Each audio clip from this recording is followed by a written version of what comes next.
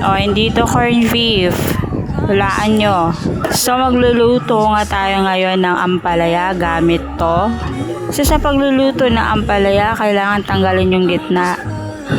Kasi bala ko sana hindi tanggalin. Kailangan palang tanggalin yung nasa gitna niya. Then, ayan, hiniwa-hiwa ko na ng manipis. Mas masarap pag manipis, lalo na pag kinain mo na, no? Kasi ang ampalaya is sobrang pait. Pag kinapalan mo ang hiwa, mas lalong pumait. So, late na nga ako nakapagluto dahil nakaidlip ako pagkatapos ko ihatid yung pamangkin ko. Then, ayan, napakainit. So, meron tayo electric pan dito na LC lang. So, medyo nakakatakot gamitin.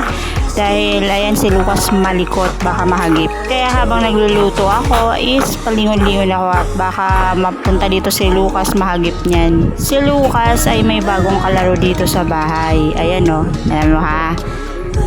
Nagtago yung kalaro niya guys, nagtago. Maya papakita ko sa inyo. So dito nilagyan ko na lang asin yung nahiwa ko ampalaya. Tapos gaganyanin mo yan, yan. Tapos lagyan mo ng konting tubig. Tapos ganun mo ulit. At i-flex ko tong lagyan namin ng asin na ayun, sino ba dyan? Yung ganito rin, no? Ang mga lagayan ng mga condiments ay mga ganito. Nescafe. O, Nescafe, baka naman. At lalagyan natin syempre ng itlog. Hindi nawawalang itlog sa ampalaya. So, laging present yan. Kaya huwag natin kakalimutan. At simulan na nating lutuin to para matapos na at makakain na yung dapat kumain. At ang bango. So, maamay na mga kapitbahay ito. Magugutom na sila lalo. At ito na yung isa sa ingredients natin. Hindi po ito corned beef, kundi alamang. Let's go! Lutuin na natin!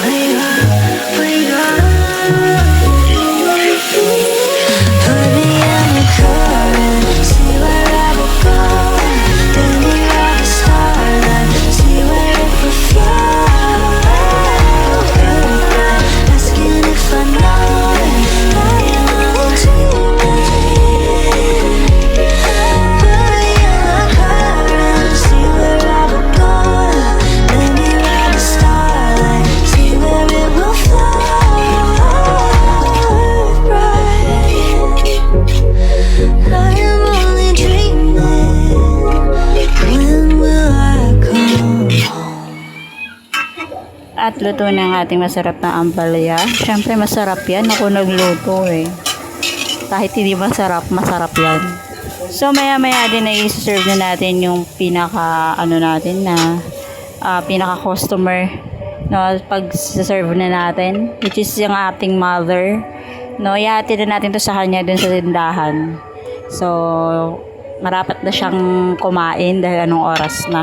Thank you for watching guys. Hanggang dito na lang tong video na to. See you in my next video. Bye bye.